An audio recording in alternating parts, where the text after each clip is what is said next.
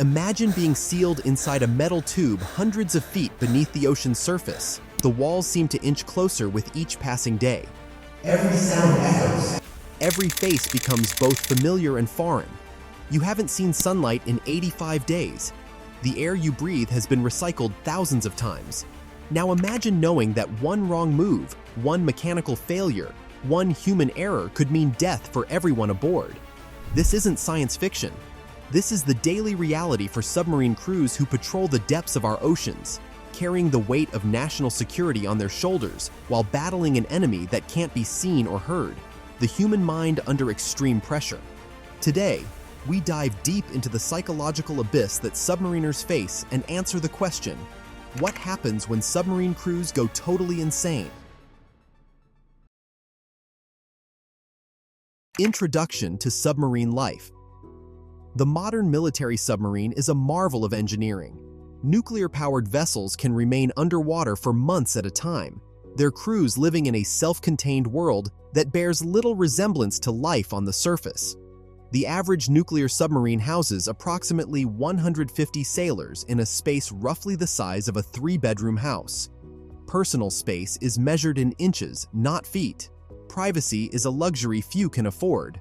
Some sailors share bunks in a practice called hot racking. When one sailor finishes their shift, another takes their place in the still warm bed. Yet the physical challenges pale in comparison to the psychological ones. Submariners call it the silent service for a reason. Communication with the outside world is severely limited. Emergency messages from home are condensed to bare facts. Many significant life events, births, deaths, graduages, happen without the submarine crew member present. If you've ever wondered how you might handle these extreme conditions, type yes in the comments and let us know how long you think you'd last. The psychology of isolation. According to naval psychologists, submarine duty presents one of the most challenging psychological environments humans can endure.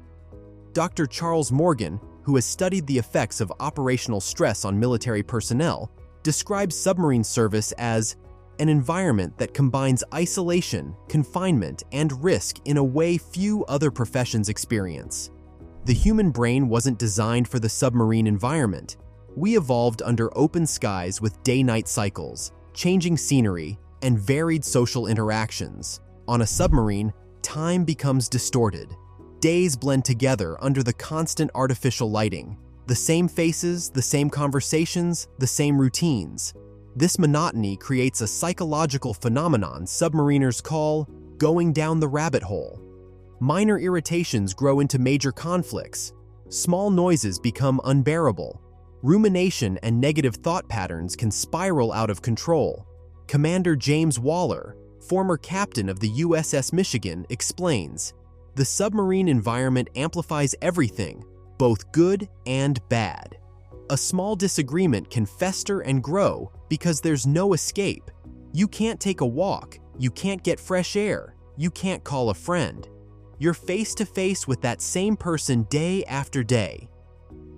Early warning signs. The first signs of psychological distress among submariners typically manifest as sleep disturbances. The submarine's 18-hour operational day creates an unnatural rhythm that conflicts with our innate 24-hour cycle. Sailors commonly report vivid nightmares, insomnia, and microsleeps during duty. The next symptoms often involve changes in appetite and personal hygiene. Submariners call it going feral when a sailor begins neglecting basic self-care. They might stop showering, cease changing clothes, or develop unusual eating habits. Social withdrawal follows. In an environment where social interactions are already limited, isolation becomes particularly concerning. A sailor who once participated in card games or conversations during off hours might retreat to their bunk and draw the curtain. Perhaps most concerning are personality changes. The even-tempered machinist might become quick to anger. The talkative sonar operator might fall silent. The by-the-book officer might begin bending rules. These warning signs trigger the submarine's robust psychological monitoring system, a combination of formal procedures and informal watchfulness that has developed over decades of underwater operations. The buddy system. One of the military's most effective tools against psychological breakdown is surprisingly simple: the buddy system. Every submariner is paired with another crew member who serves as their psychological anchor. These sea daddies, or sea moms, experienced sailors who mentor newer crew members, provide a crucial first line of defense. Chief Petty Officer Marcus Rodriguez, a 20-year veteran of submarine service, describes it. You learn to read your buddy.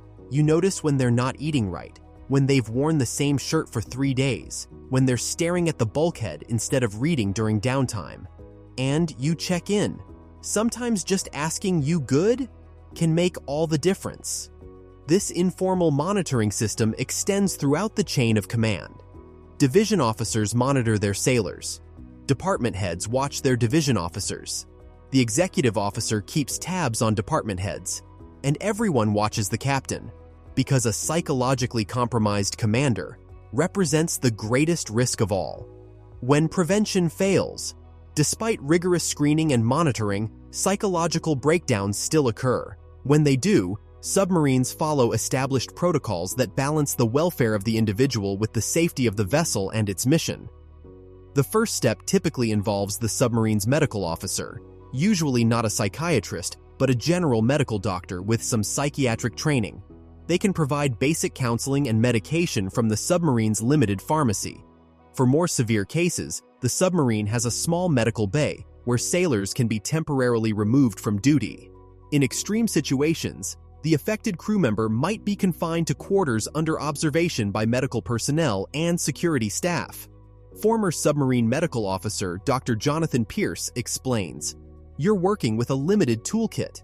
You don't have access to MRIs or specialists or the full range of psychiatric medications. You're making assessments based on behavior and self-reporting, using clinical judgment to determine if someone is temporarily stressed or experiencing a more serious breakdown." Weapons access is immediately restricted for any sailor showing signs of severe psychological distress. On vessels carrying nuclear weapons, this protocol becomes even more stringent, with multiple safeguards preventing any single individual from compromising weapon systems. Real-world incidents.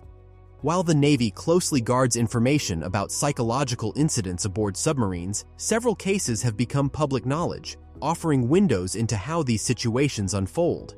In 1995, aboard the USS Pittsburgh, a sailor experienced what was later diagnosed as a psychotic break during a deployment in the Mediterranean.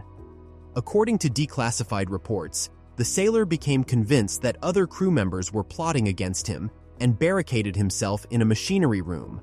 It took 4 hours of negotiation by the ship's executive officer to resolve the situation without injury. More recently, in 2018, a junior officer aboard a British submarine reportedly experienced severe anxiety attacks that progressed to paranoid delusions during a patrol. The submarine diverted course and conducted an emergency medical evacuation, transferring the officer to a surface vessel that brought him to shore for treatment. Perhaps the most notorious case involved Petty Officer Craig Becker aboard the USS Alabama in 2009. Becker, experiencing what was later determined to be a manic episode, attempted to override safety protocols on the submarine's nuclear reactor. The quick action of his division chief prevented a potential disaster. This incident led to significant reforms in psychological screening and monitoring procedures. If you value this content, please consider supporting us on Patreon, where members get exclusive behind-the-scenes content, early access to new documentaries, and direct input on future topics. Find the link in the description below and join our community of knowledge seekers today. The command decision. When psychological issues arise during a mission, submarine commanders face an agonizing decision: continue the mission with a compromised crew member or abort operations for a medical evacuation. This decision involves complex calculations of risk, mission importance, and the individual's condition. For intelligence-gathering missions in sensitive areas, surfacing could compromise national security. For strategic deterrence patrols carrying nuclear weapons, maintaining position may be deemed essential regardless of personnel issues. Retired submarine captain Michael Hastings explains, "It's one of the hardest calls a commander has to make.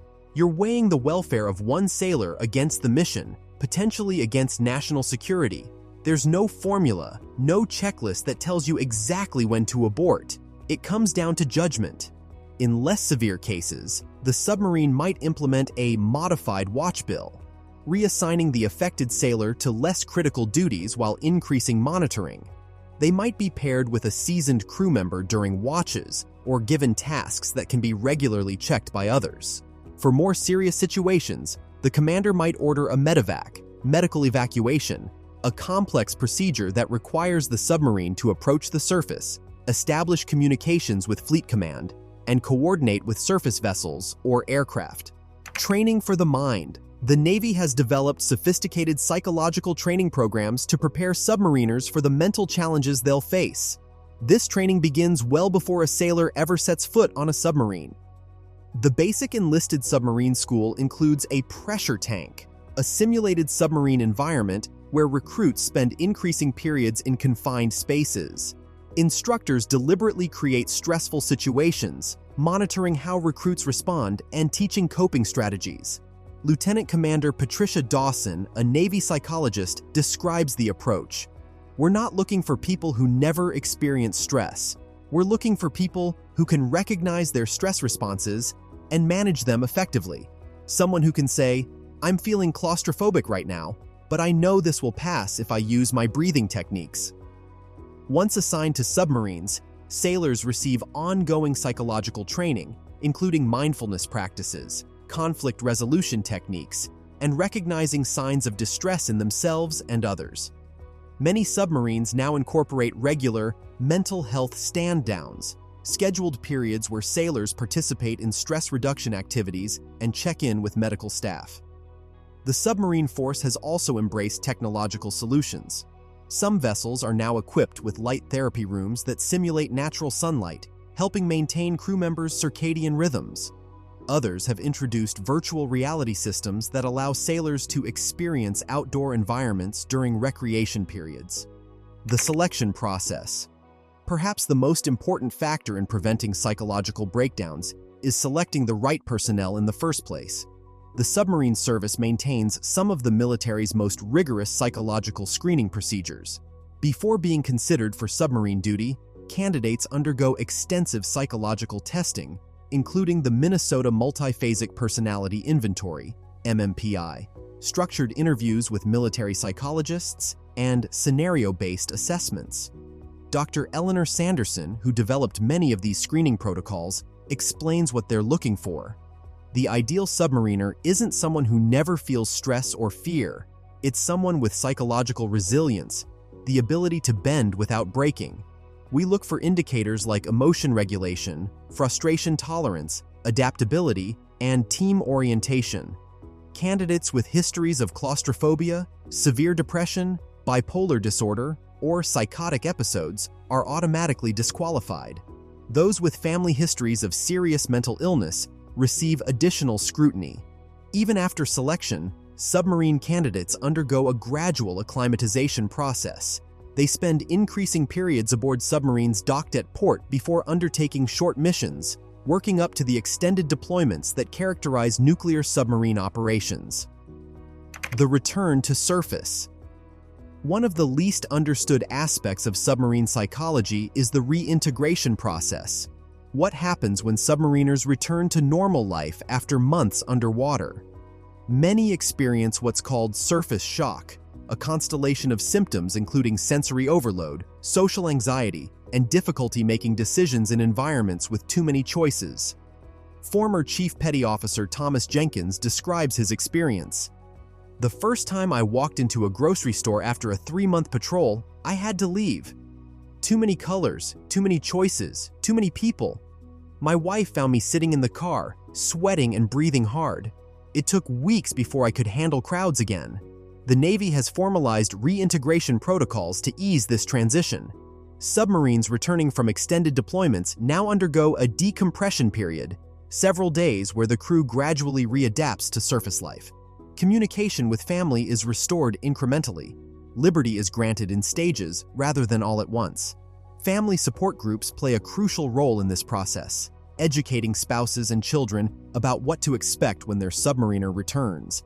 They're counseled on common reintegration issues, from sleep disturbances to emotional distance to heightened startle responses. The evolution of submarine psychology. The approach to mental health in submarine forces has evolved dramatically over the decades. What was once dismissed as weakness or failure of character is now recognized as a natural human response to extraordinary circumstances.